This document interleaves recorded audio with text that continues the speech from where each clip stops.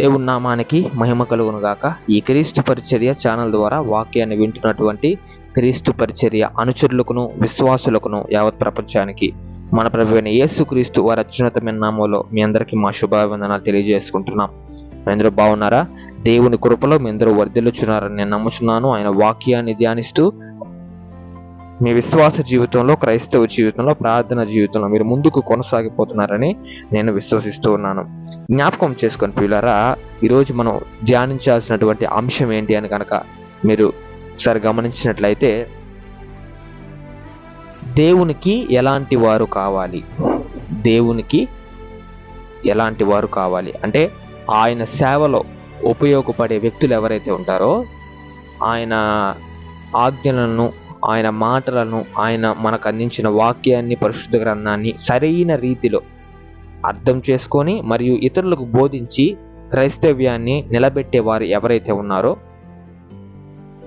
వాళ్ళని ఆయన ఎంచుకుంటాడు. అయితే ఆ క్వాలిటీస్ ఏంటి అని మనం చూసుకున్నట్లయితే, ఆయన ఎలాంటి వారిని ఎంచుకుంటాడు అది కనుక మనం చూసినట్లయితే, దేవునికి కావాల్సిన వారు ఎవరు అని కనుక మనం మొట్టమొదటి చూసినట్లయితే, విధేయత కలిగిన వారు, విధేయత తర్వాత దేవుని ఆత్మను కలిగి జీవించే వాళ్ళు కావాలి ఆయనకి.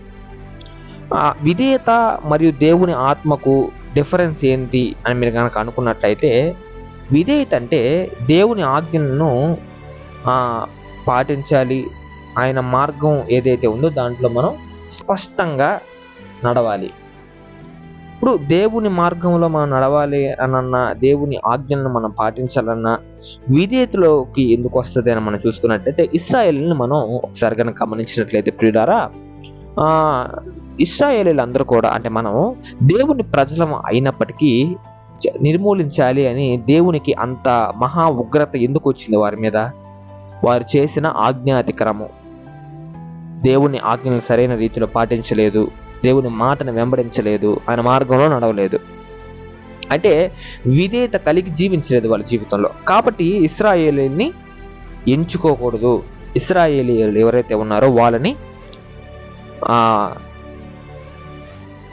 నిర్మూలించాలి అని మోషేతో ప్రస్తావించడం కూడా మనం పాత నిబంధనలో చూస్తాం. అయితే ఓకే, అక్కడ వరకు మనం కథను ఎండ్ చేసుకుంటే, ఇశ్రాయేలీలు అంటే మనం ఇశ్రాయేలీలు అంటే మనం. అయితే మన జీవితంలో కూడా ఇప్పటికీ కూడా మనం కొన్ని ఆజ్ఞాతిక్రమం చేస్తున్నాం, దేవుని మార్గంలో నడవడం లేదు, ఆయన అందించిన ఆజ్ఞలు ఏవైతే ఉన్నాయో వాటిని సరైన రీతిలో అసలు పాటించడం లేదు అని మనం చూసుకోవాలి. అయితే దానికి రిసెంబ్లెన్స్ ఏంటంటే విధేయత కలిగి జీవించలేదు. విధేయత ఎందుకు అని చెప్పానంటే, దేవుని మాట పట్ల విధేయత ఉండాలి, దేవుడు అనుగ్రహించిన ఆజ్ఞల పట్ల విధేయత ఉండాలి, దేవుడు మనకు అందించిన మార్గం పట్ల విధేయత ఉండాలి, దేవుని పట్ల విధేయత కలిగి జీవించాలి. అది లేకపోతే కష్టం. మనుషుల పట్ల నువ్వు లేకపోయినా పర్వాలేదు, కానీ దేవుని పట్ల మాత్రం నీ జీవితంలో తప్పకుండా నువ్వు విధేయత కలిగి జీవించాలి. తర్వాత ఇతరుల మనుషుల పట్ల తప్పకుండా విధేయత కలిగి జీవించాలి, పెద్దవారి పట్ల విధేయత కలిగి జీవించాలి. ఇలాంటి వారిని దేవుడు ఎంచుకుంటాడు. అయితే ఒక వాక్యం కనుక మనం గమనించినట్లయితే, ద్వితీయోపదేశకాండము 10వ అధ్యాయము 12వ వచనం కనుక మనం చూసుకున్నట్లయితే, కాబట్టి మీ దగ్గర పరిశుద్ధ గ్రంథాలు ఉన్నట్లయితే తప్పకుండా తెరిచి ఆ ఆజ్ఞలు ఏవైతే ఉన్నాయో దాన్ని ధ్యానించేదానికి ప్రయత్నం చేయండి.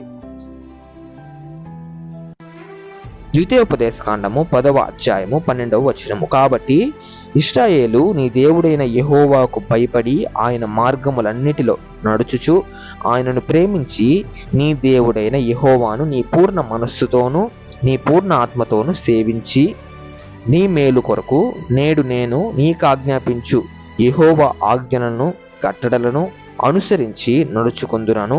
మాట కాక నీ దేవుడైన యెహోవా నిన్ను మరి ఏమి అడుగుచున్నాడు? అద్భుతమైన వాక్యం ఇది. ఈ వాక్యం నుంచి మన జీవితంలో ఎంతో నేర్చుకోవచ్చు. మొట్టమొదట మనం ఇంకా వేరే మాటలు ఏం లేకుండా స్పష్టంగా కనుక మనం వాక్యంలోకి ఎంటర్ అయినట్టయితే, మనం మొట్టమొదట చూడాల్సింది ఏంటంటే, దేవుడు మనల్ని ఏం అడుగుతున్నాడు, మన మేలు కొరకు ఏం చేయమంటున్నాడు, మన మేలు కొరకు ఆయన మనల్ని ఎంచుకోవాలి అన్న ఒక ఆశ పట్ల మనం ఎటువంటి స్వభావం కలిగి జీవించాలని ఆయన ఆశపడుతున్నాడంటే, ఇక్కడ మనం కానీ చూసుకున్నట్లయితే యెహోవాను నీ పూర్ణ మనస్సుతోనూ పూర్ణ ఆత్మతోనూ సేవించి నీ మేలు కొరకు నేడు నేను నీకు ఆజ్ఞాపించు యెహోవా ఆజ్ఞలను. ఇది గుర్తుపెట్టుకోండి, మన మేలు కొరకంట, మన మేలు కొరకు. ఓకే, యెహోవా ఆజ్ఞలను కట్టడలను అనుసరించి నడుచుకొందునను మాట కాక నీ దేవుడైన యెహోవా నిన్ను మరి ఏం అడుగుచున్నాడు? ఆ మాట తప్ప ఇంకేం అడుగుతున్నాడు మనల్ని అంటే, నా ఆజ్ఞల పట్ల నీవు విధేయత కలిగి జీవిస్తున్నావా? నా పట్ల విధేయత కలిగి జీవిస్తున్నావా? నా మార్గముల పట్ల విధేయత కలిగి జీవిస్తున్నావా? ఆ మార్గముల్లో నీవు స్పష్టంగా నడవగలుగుతున్నావా? విధేయత, విధేయత ఆయన ఆజ్ఞల పట్ల, ఆయన వాక్యం పట్ల, ఆయన మనకు అందించిన మార్గం పట్ల విధేయత. అలాంటి వాళ్ళు దేవుడు ఎంచుకుంటాడు. అంటే ఇప్పుడు మోషే గారు ఆ కొండ మీదకి వెళ్ళినప్పుడు దేవునితో మాట్లాడేదానికి ఇశ్రాయేల్ అందరితో ఏం చేశారు? క్రింద ఆ దూడం చేసి, ఆ బంగారు దూడం చేసి దాన్ని మొక్కడం మొదలు పెట్టారు. ఇది ఎవరో ఆలోచన అంటే మనుషుల ఆలోచన, అంటే ఇశ్రాయేలీల ఆలోచన. ఇది కొన్ని సందర్భాల్లో దేవునికి విధేయత చూపకుండా మనం ఉన్నట్లయితే మన బుర్రలో వచ్చేటివి ఇలాంటి ఆలోచనలే. దేవుడు ఉన్నాడా? దేవుడు ఉంటే మాకు కష్టాలు ఎందుకు? దేవుడు ఉంటే నన్ను ఎందుకు ఇలా ఒంటరిగా వదిలేస్తున్నాడు? దేవుడు ఉంటే నాకు ఎందుకు డబ్బులు అనుగ్రహించడం లేదు?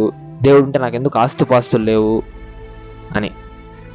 నీకు దేవుని పట్ల విధేయత లేదు కనుక ఇట్లాంటి ఆలోచనలు నీ బుర్రలోకి వస్తున్నాయి. నీకు దేవుని పట్ల విధేయత కనుక ఉన్నట్లయితే ఇలాంటి ఆలోచనలు జయించవచ్చు నువ్వు. అంటే ఏంటనంటే, ఇక్కడ ఇశ్రాయేలీలు చేసింది ఏంటి? అక్కడ దూడని, బంగారు దూడని చేసి దానికి మొక్కడం మొదలు పెట్టారు. అంటే జీవం లేని దానికి మొక్కడం మొదలు పెట్టారు. అలాగే జీవం లేని ఆలోచనలు నీ జీవితంలోకి ఎంటర్ అవుతాయి. జీవము లేని క్రియలు, ఇప్పుడు ఒక మాట బైబిల్లో, విశ్వాసం లేని క్రియలు దేనికి పనికిరావు. అలాగనే జీవము లేని క్రియలు ఏవైతే ఉన్నాయో అవి నీ మైండ్లోకి వచ్చి నీ యొక్క ఆత్మీయ జీవితాన్ని దెబ్బతీయాలని ప్రయత్నం చేస్తుంది. ఇప్పుడు మీరు అనుకోవచ్చు ఒక మాట, ఇప్పుడు ఏంటంటే ఇశ్రాయేలీలుగా చేసింది మేమేం చేయడం? ఇశ్రాయేలీల కంటే పెద్ద తప్పులు చేస్తున్నాం మనం ఇక్కడ. వారు దేవుని ఉగ్రతను సరి అయిన రీతిలో అర్థం చేసుకోలేదు కాబట్టి వాళ్ళకి అంత ధైర్యం వచ్చింది. దేవుని పట్ల విధేయత లేదు కాబట్టి అంత ధైర్యం ఇశ్రాయేలీలకు వచ్చింది. ఓకే, వాళ్ళని పక్కన పెడదాం. మన జీవితంలో దేవుని గురించి మనకు పూర్తిగా తెలుసున్నప్పటికీ, అంటే వాళ్ళకి తెలియదు అంటే వాళ్ళకు తెలుసు, వారికి తెలుసు, కానీ ఆ మన్నా, ఆ పూరేళ్ళు కానివ్వండి, ఇంకా దేవుడు మనకు వాళ్ళకి అందించిన అగ్నిస్తంభం కానివ్వండి, మేఘస్తంభం కానివ్వండి, ఆ మేఘం వాళ్ళకి దారి చూపడం కానివ్వండి, బండ మీద కొడితే నీళ్ళు రావడం కానివ్వండి, ఎర్ర సముద్రం ఉండగా చేరడం కానివ్వండి, ఇవన్నీ అద్భుత కార్యాలు కదా, మనకు అద్భుత కార్యాలు. కానీ ఈ అద్భుత కార్యాలన్నీ చేసినప్పటికీ కొన్ని సందర్భాల్లో దేవుణ్ణి వాళ్ళు నమ్మలేదు, దేవుని పట్ల విధేయత చూపలేదు. ఇప్పుడు దేవుడు మోషే గారిని ఎంచుకొని తన ప్రజల్ని విడిపించాలి అనుకున్న నిమిత్తం ఇశ్రాయేలులకు అక్కడ ఐగుప్తు దేశానికి పంపించి వాళ్ళ బానిసత్వంలో నుంచి వాళ్ళకి విడుదలను అనుగ్రహించి తీసుకురామని చెప్పాడు. వాళ్ళు మోషే గారికి ఎంత విధేయత చూపాలి? అప్పుడు ఎన్ని సంవత్సరాలు అయినప్పటికీ, ఎన్ని యుగాలు అయినప్పటికీ దేవుడు మమ్మల్ని నడిపిస్తున్నాడు అనే విధేయత వాళ్ళు కలిగి ఉండాలి. కానీ అది కలిగి ఉండలేదు. వాళ్ళు మోషే గారిని తిట్టారు, ఎక్కడ తీసుకొచ్చా మమ్మల్ని అంటే. ఏంటంటే ఒక ప్రదేశానికి వస్తారు, ఇటు సైడ్ కొండ, ఇటు సైడ్ ఒక కొండ ఉంటుంది, ముందుకు పోయేదానికి లేదు, వెనకాల ఫరో సైన్యం ఉంటారు. వారికి ఏమంటారంటే మోషేని అడతారు, ఏంది ఇక్కడ తీసుకొచ్చాము మమ్మల్ని నీవు అని. ఒక్కరు కూడా మోషే గారితో ఆప్యాయంగా మాట్లాడరు. సరే, ఇప్పుడు మీరు అనొచ్చు, మనం అదే పొజిషన్లో ఉంటే నువ్వు కూడా ఆప్యాయంగా మాట్లాడవు అని. ఒకవేళ దేవునికి కనుక విధేయత కనుక ఉన్నట్లయితే, దేవుని పట్ల విధేయత కనుక వారందరికీ ఉన్నట్లయితే, అంటే మనకు ఇశ్రాయేలీలు అని ప్రస్తావించిన ప్రతి దగ్గర మనల్ని మనం జ్ఞాపకం చేసుకోవాలి. ఓకే, అర్థమైందా? ఇశ్రాయేలీలను జ్ఞాపకం చేసుకున్న ప్రతి దగ్గర మన ప్రస్తావన వస్తుంది. కాబట్టి జ్ఞాపకం చేసుకోండి. వారికి సరైన రీతిలో ఏమీ అందలేదు కనుక వారికి యాంగ్జైటీ ఫీల్ అయ్యారు. అంటే ఏంటంటే టెన్షన్, అంటే ఒక మాదిరి భయం. వీళ్ళు వస్తున్నారు, నీళ్లు లేవు, ముందేమో కొండలు ఎదురుగా ఉన్నాయి, ఎలా పోవాలి? ఎట్టా పోవాం, వెనక పోలేం, మధ్యలో పెనం మీద నుంచి చూసి పొయ్యిలో వేసినట్టు అయింది మా పరిస్థితి అని చెప్పి మోషే గారిని నానా మాటలు అంటారు. ఎందుకు తీసుకొచ్చావు మమ్మల్ని? చంపేయడానికి తీసుకొచ్చాము ఎక్కడికి? నువ్వు నీకు అన్నీ తెలిసి ఇక్కడికి ఎందుకు తీసుకొచ్చి నానా మాటలు అంటారు మోషే గారిని. మోషే గారు అప్పుడు అంటారు, ఎందుకయ్యా నాకు ఇది, వీళ్ళు ఏమిటి అడుగుతున్నారు, ఏదో ఒకటి చేయను ఆయన, వీళ్ళకి నీళ్ళు కావాలంట, వీళ్ళకి నీళ్ళు ఒకవేళ లేకుండా ఉంటే నీ మీద ఉన్న కొంచెం భక్తి కూడా పోతుందేమో వీళ్ళకి అని చెప్పి ప్రార్థిస్తాడు. ఎందుకంటే అక్కడ జరిగిన సన్నివేశాలు అట్లాంటివి. సరే, దేవుడు అది ఏదో మోషే గారి ద్వారా ఆ కింద బండ కర్ర ఎట్టో కొట్ట నీళ్లు అనుగ్రహించి వాళ్ళకి ఇస్తాడు, నీళ్లు తాగుతారు, పోతారు ముందుకి. ఇంకొక ఏదైనా సమస్య వస్తే మళ్ళీ మోషే గారు. ఇది ఎలాగనంటే దేవుని మీద విధేయత లేకపోవడం వల్ల ఆ ఇశ్రాయేలీలు 40 సంవత్సరాలు నడిచిన ఇశ్రాయేలీలు ఎవరైతే ఉన్నారో వారికి ఒక నమ్మకం పోయింది. విధేయత లేదు కాబట్టి నమ్మకం పోయింది, వాళ్ళు నడవలేకపోయారు సక్రంగా. అని దేవునికి కావాల్సిన వారు ఎవరు? విధేయత కలిగి జీవించిన వారు. విధేయత కలిగితే ఏమవుతుంది తెలుసా? నేను చాలాసార్లు చెప్పుకున్నాను, విధేయత కనుక ఉన్నట్లయితే, ఇప్పుడు మన ఇంట్లో పెద్దవారు ఉంటారు, వారి పట్ల మనం విధేయత చూపుతాం. విధేయత ఎలా కలుగుతుంది తెలుసా? వారి మీద ఉన్న నమ్మకం. ప్రేమగా మాట్లాడతాం, ఆప్యాయంగా మాట్లాడతాం, ఏదన్నా ఇబ్బంది కనుక వస్తే వారికి పోయి చెప్పుకుంటాం. ఏదన్నా విషయం కనుక అంటే మనం హ్యాండిల్ చేయలేని విషయం కనుకుంటే వాళ్ళకి చెప్పి వారి చేత హ్యాండిల్ చేపిస్తాం. ఎందుకంటే వాళ్ళు ఎక్స్పీరియన్స్డ్. దేవునికి విధేయత కలిగి వారు జీవించారు కాబట్టి వారికి మనం విధేయతగా ఉంటాం, పెద్దవారికి. అవునేనా? అప్పుడు నేను చేయలేనిది మా పెద్దవారు చేస్తారు అని పిల్లలు ఎలా నమ్ముతారో, అలాగే మేము మా పట్ల విశ్వాసము మరియు విధేయత కలిగి ఉన్నట్లయితే దేవుడు మా పట్ల కార్యం చేస్తాడు అని నమ్మకం అన్నమాట. ఒకవేళ కనుక అది కనుక ఉన్నట్లయితే అంత పెద్ద రచ్చలు అవ్వవు కదా అక్కడ. అంటే ఇశ్రాయేల్ జనాంగం దగ్గర కొంచెం అన్బ్యాలెన్స్డ్గా అయ్యారు ఇశ్రాయేలీల ప్రజలు. ఏంటనంటే, ఈయన తీసుకెళ్తాడా, ఆయన మాకు కనబడలేదు. ఇప్పుడు ఆయన్ని ఎంచుకొని పంపించాడు మోషే గారిని, కాబట్టి వీళ్ళకు ఒక చిన్న కన్ఫ్యూషన్. ఏంటనంటే, మేము వెళ్తామా లేదంటే వీళ్ళు మమ్మల్ని చంపేస్తారు వెనకాల నుంచి వచ్చి, ఏమవుద్ది చివరికి ఏమవుద్ది? ఈ విధేయత అనేది కనుక ఉన్నట్లయితే ఏమవుతుందంటే ఆయన మీద పూర్తిగా డిపెండ్ అయిపోతారు. అందరూ డిపెండ్ అయిపోయి ఆయన మీద పూర్తిగా నమ్మకం పెట్టేసుకుంటారు. కాబట్టి టెన్షన్ ఉన్నది కాదేమో నన్ను అడిగితే. ఓకే, కాబట్టి ఇవన్నీ జరిగాయి. అయితే ఈ విధేయత ఇశ్రాయేలీల ప్రజలకి నేను ఎందుకు పోల్చి చెప్పానంటే, వారు చివరికి పాలు తేనెలు ప్రవహించు దేశంలోకి అడుగు పెట్టారు. విధేయత లేకుండానే అంటారా? దేవుని పట్ల వాళ్ళకి విధేయత కలిగింది. కొన్ని సందర్భాల్లో లేకపోయినప్పటికీ మిగిలిన ఆ చివరి అన్న ఒక దారి ఏదైతే ఉందో ఆ దారిలో దేవుని చేయి పట్టుకొని నడిచారు ఇశ్రాయేల్ ప్రజలు.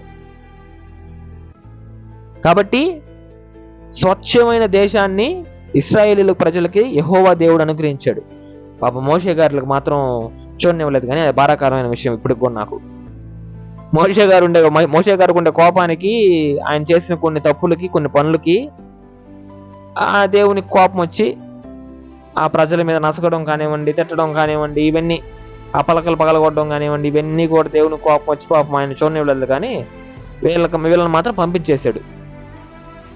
విధేయత లేకుండానే పంపించారంటారా? లేదు ప్రియులారా, విధేయత ఉంది.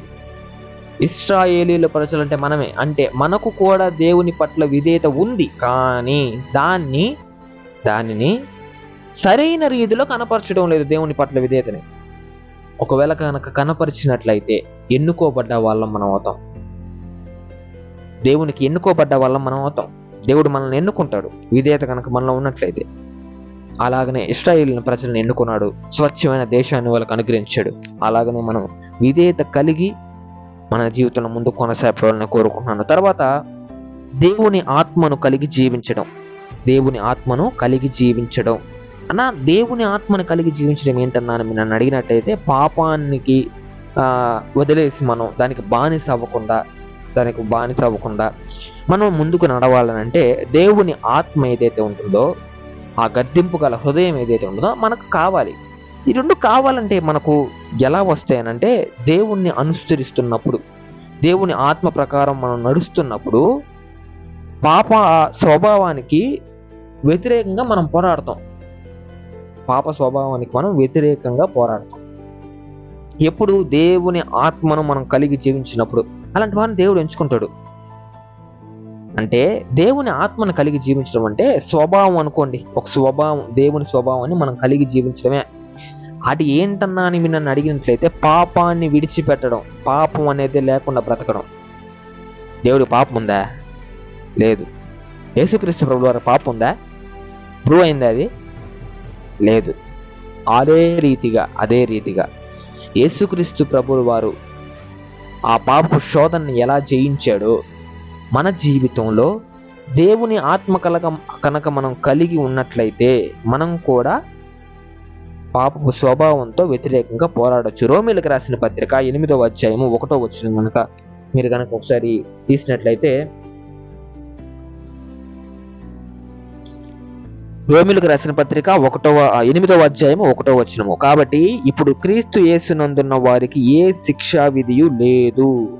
కాబట్టి ఎవరు ఏందంట? క్రీస్తు యేసునందున్న వారికి. ఉన్నామా మనము?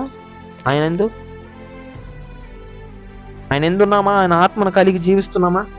ఎటువంటి సందర్భాల్లో ఆయన ఆత్మ మనకు అనుగ్రహింపబడుతుందనంటే, మనం ధైర్యంగా మన శోధనలను ఎదుర్కోవచ్చు అని అనుకుంటాం. అంటే ఆయన అనుగ్రహించిన కట్టడలను, ఆయన అనుగ్రహించిన ఆజ్ఞలను సరైన రీతిలో పోరాడినప్పుడు,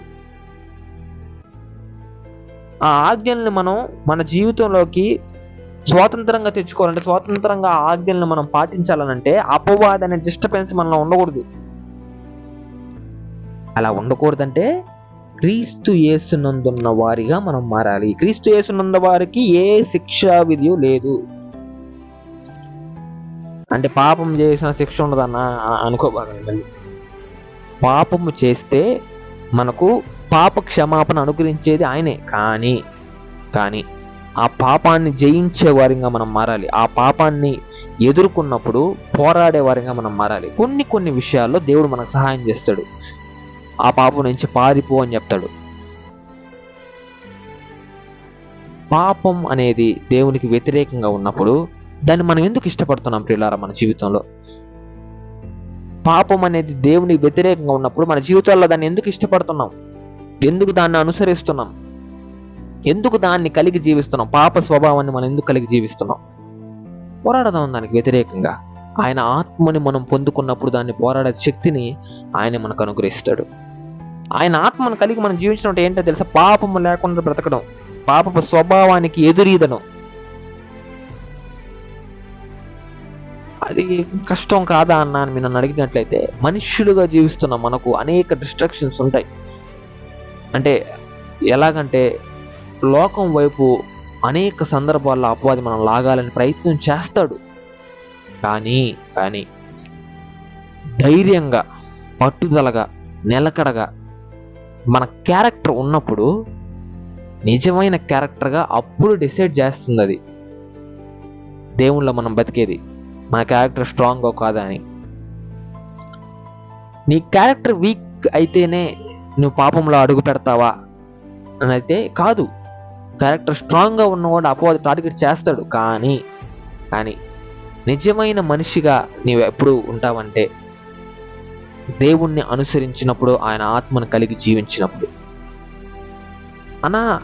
క్రైస్తవ జీవితంలో మనకైతే ఓకే, మనకు అపవాది, దేవుడు, పాప క్షమాపణ, విధేయత ఇవన్నీ తెలుసు. మరి అన్ని జనాంగానికి ఎలా అన్నాను మీరు నన్ను అడిగినట్లయితే, ఇప్పుడు ప్రస్తుతానికి పాప స్వభావం కలిగి వాళ్ళు జీవిస్తున్నారు. అంటే అన్య దేవతల్ని పూజించడం, జీవము లేని వాటికి మొక్కడం, అది ఆజ్ఞాతిక్రమమే కదా. పైన ఆకాశం ఎందున్నో, కింద భూమి ఎందునో, భూమి కింద నీళ్ళ ఎందున్న, కానీ దేని ఎందును ఉన్నా వాటిని మొక్కకూడదు, ఆరాధించకూడదు, పూజించకూడదు, సాగిలు పడకూడదు అని అంటే, భూమి మీద క్రియేట్ అయిన వాటిని, అంటే తయారైన వాటిని, ఆయన సృష్టిలో భాగమైన వాటిని నీవు ఐడియల్గా, అంటే దేవుడిగా పూజిస్తుంటే అది ఆజ్ఞాతిక్రమం కాదా? ఆజ్ఞాతిక్రమమే అది. దేవుని ఆత్మ కలగకుండా జీవించడమే అది పాపం, అది తప్పే. అది అయితే దేవుడు వాళ్ళని ఎంచుకుంటాడా అని కనుక మీరు నన్ను అడిగినట్లయితే, దేవుని సేవలో కనుక వాళ్ళు భాగంగా కనుక ఉన్నట్లయితే, వీళ్ళని ఎంచుకోవాలి, ఈ స్వభావం వీళ్ళ కలిగి ఉంది అని కనుక దేవుడు అనుకున్నట్లయితే తప్పకుండా ఆ పాపము నుంచి విడిచిపెట్టే అవకాశాన్ని వాళ్ళకి తప్పకుండా అనుగ్రహిస్తాడు. వాళ్ళ కళ్ళు తెరిపిస్తాడు. దేవునికి ఎలాంటి వారు కావాలి? విధేయత కలిగిన వారు మరియు పాప స్వభావాన్ని విడిచిపెట్టేవారు, దేవుని ఆత్మని కలిగి ఉండేవారు. దేవుని ఆత్మ కలిగి ఉండేవారు పాప స్వభావం కలిగి ఉండరు. పాపాన్ని చాలా దూరంగా ఉంటారు వాళ్ళు. అలాగే ఆయన ఎంచుకుంటాడు వాళ్ళని కూడా. అప్పుడు వాడికి తెలుస్తుంది, ఓహో ఇన్ని రోజులు చేసింది మేము పాపము, జీవము లేని వాటికి, దేవుడు సృష్టించిన భూమి మీద ఉన్న వాటికి మేము మొక్కుతున్నాము, వీటిలో ఎటువంటిది లేదు అని, ఎటువంటి శక్తి లేదు, ఎటువంటి క్రియలు వీటిల్లో లేవు అని అప్పుడు వాళ్ళ కళ్ళు తెరిపించబడి అప్పుడు ఆయనలోకి ఆయన వాళ్ళని తెచ్చుకుంటాడు. ఇష్టపడి ఏర్పరచుకుంటాడు వాళ్ళని. దేవునికి ఎలాంటి వాళ్ళు కావాలంటే విధేయత కలిగి ఉండేవాళ్ళు మరియు దేవుని ఆత్మను కలిగి జీవించేవాళ్ళు. దేవుని ఆత్మ కలిగి జీవించడం అంటేనే మనం పాపాన్ని విడిచిపెట్టినట్టే లెక్క. ఇంకా పాపం జోలికి మనం వెళ్ళం. ఇంకా మళ్ళీ జ్ఞాపకం చేసుకోండి ప్రియులారా. విధేయత పాప స్వభావాన్ని విడిచిపెట్టేటట్టు చేస్తుంది. విధేయత అనేక సందర్భాల్లో మనకు శోధనని ఎదుర్కొనేదానికి శక్తిని అనుగ్రహిస్తుంది. అయితే దేనిపైన విధేయత? దేవుని పట్ల విధేయత. దేవుని యందు విధేయత కలిగి మనం జీవించినప్పుడు మన జీవితంలో అనేక సందర్భాల్లో అనేక విషయాల్లో దేవుడు మనకు సహాయం చేస్తాడు, మనల్ని నడిపిస్తాడు. అయితే దేవుని ఆత్మను కలిగి మనం ఎప్పుడైతే జీవిస్తామో దేవుని శక్తిని మనం పొందుకున్న వారం అవుతాం. దేవుని ఆత్మ అంటే పాపం లేని ఆత్మ. దేవుని ఆత్మను మనం కలిగి జీవించడానికి ప్రయత్నం చేద్దాం. పాపపు స్వభావానికి వ్యతిరేకంగా పోరాడదాం. ఆయన సహాయాన్ని మనం పొందుకుందాం. మన జీవితంలో ఆయన మనకు తోడై ఉండి కాపాడి నడిపించునుగాక. ఈ చిన్న వాక్యాన్ని ఆయన దీవించునుగాక. ఆమేన్. ప్రార్థన. ప్రేమగల మహిమగల మా దేవుడా, మా రక్షక, వేదనలో ఒక మేలును కనికరమును చూపించి దేవుడా, అత్యున్నతుడా, ఉన్నతుడా, ఉన్నవాను అనువాడు అని దేవా, నీకే వందనాలు, స్తుతులు, స్తోత్రాలు చెల్లించుకుంటున్నాను నా తండ్రి. అల్ఫా ఒమేగా అన్న దేవా, మిమ్మల్ని కాపాడే దేవా, నడిపించే దేవా, మాకు శక్తిని అనుగ్రహించే దేవా, నీకే స్తుతులు, స్తోత్రాలు చెల్లించుకుంటున్నాను నా తండ్రి. నిత్యం దేవతల చేత పరిశుద్ధుడు పరిశుద్ధుడు పరిశుద్ధుడు అని పొగడబడ మహాదేవ మహాగణుడ, నీకే స్తుతులు స్తోత్రాలు చెల్లించుకుంటున్నాం నా తండ్రి. నన్ను జ్ఞాపకం చేసుకున్న తండ్రి, నీ ప్రియ బిడ్డలని, ప్రియ కుటుంబాలను నా తండ్రి, ఈరోజు మేము ధ్యానించుకున్న రీతిగా నా తండ్రి ఆయన విధేయత మరియు నీ ఆత్మను కలిగి జీవించడం ఈ రెండు మాకు నేర్పించి మనం వేడుకుంటున్నాం నా తండ్రి. ఒకవేళ నా తండ్రి నీవు మమ్మల్ని ఎంచుకున్నట్లయితే నా తండ్రి ఆయన ఈ రెండు మా జీవితంలో నా తండ్రి మేము కలిగి జీవించడానికి నీ సహాయాన్ని అనుగురించి మనం వేడుకుంటున్నాం నా తండ్రి. ఆయన విధేయత నా తండ్రి అనేక సందర్భాల్లో మమ్మల్ని నడిపిస్తుంది నా తండ్రి. నీ ఆత్మను కలిగి జీవించడం అనేక సందర్భాల్లో మాకు శక్తిని అనుగ్రహిస్తుంది నా తండ్రి. కాబట్టి మమ్మల్ని జ్ఞాపకం చేసుకున్న తండ్రి, మమ్మల్ని నడిపించమని వేడుకుంటున్నాం నా తండ్రి. నీ బిడ్డలుగా నా తండ్రి మమ్మల్ని ఎంచుకోమని వేడుకుంటున్నాం నా తండ్రి. నీ సహాయాన్ని అనుగ్రహించమని వేడుకుంటున్నాం నా తండ్రి. చివరికి నా తండ్రి మేము ఎత్తబడే గుంపులో ఉండేదానికి నీ సహాయాన్ని అనుగ్రహించి మనం వేడుకుంటున్నాం నా తండ్రి. ఈ క్రీస్తు పరిచయ ఛానల్లో నా తండ్రి అనేక మంది వాళ్ళ ప్రార్థన అవసరతలు మాకు తెలుపుచుండగా నా తండ్రి ప్రతి ఒక్కరి ప్రార్థన అవసరతను నీ పాదాలు చెంత పెట్టి ఉన్నాం నా తండ్రి. వాళ్ళకి జవాబును అనుగ్రహించమని, నీ సహాయాన్ని వాళ్ళకి అనుగ్రహించమని వేడుకుంటున్నాం నా తండ్రి. అనారోగ్యంగా ఉండే బిడ్డలను జ్ఞాపకం చేసుకున్న తండ్రి, ఆర్థికంగా నా తండ్రి వెనకబడిన బిడ్డలను జ్ఞాపకం చేసుకున్న తండ్రి, ఆయన నిరపరాధిగా నా తండ్రి ఖైదులో ఉన్న వాళ్ళని విడిపించమని వేడుకుంటున్నాం నా తండ్రి. ఒంటరిగా బాధపడుతున్న ప్రతి బిడ్డని జ్ఞాపకం చేసుకున్న నా తండ్రి, ఆదరణ లేక నా తండ్రి ఉన్న ప్రతి కుటుంబాన్ని జ్ఞాపకం చేసుకున్న తండ్రి, నీవే తోడుగా నా తండ్రి నేను భావించే ప్రతి బిడ్డని నా తండ్రి జ్ఞాపకం చేసుకున్న తండ్రి. ఆశీర్వదించండి, దర్శించండి, నీ సహాయాన్ని వాళ్ళకు అనుగ్రహించండి నా తండ్రి. ప్రతి బిడ్డకి నా తండ్రి అపవాదిని ఎదుర్కొనే శక్తిని అనుగ్రహించమని వేడుకుంటూ మన ప్రభువైన యేసుక్రీస్తు వారి అత్యున్నతమైన నామములో అడిగి వేడుకొని పొందుకొనుచున్నాం మా తండ్రి. Amen. Praise the Lord. May God bless you all.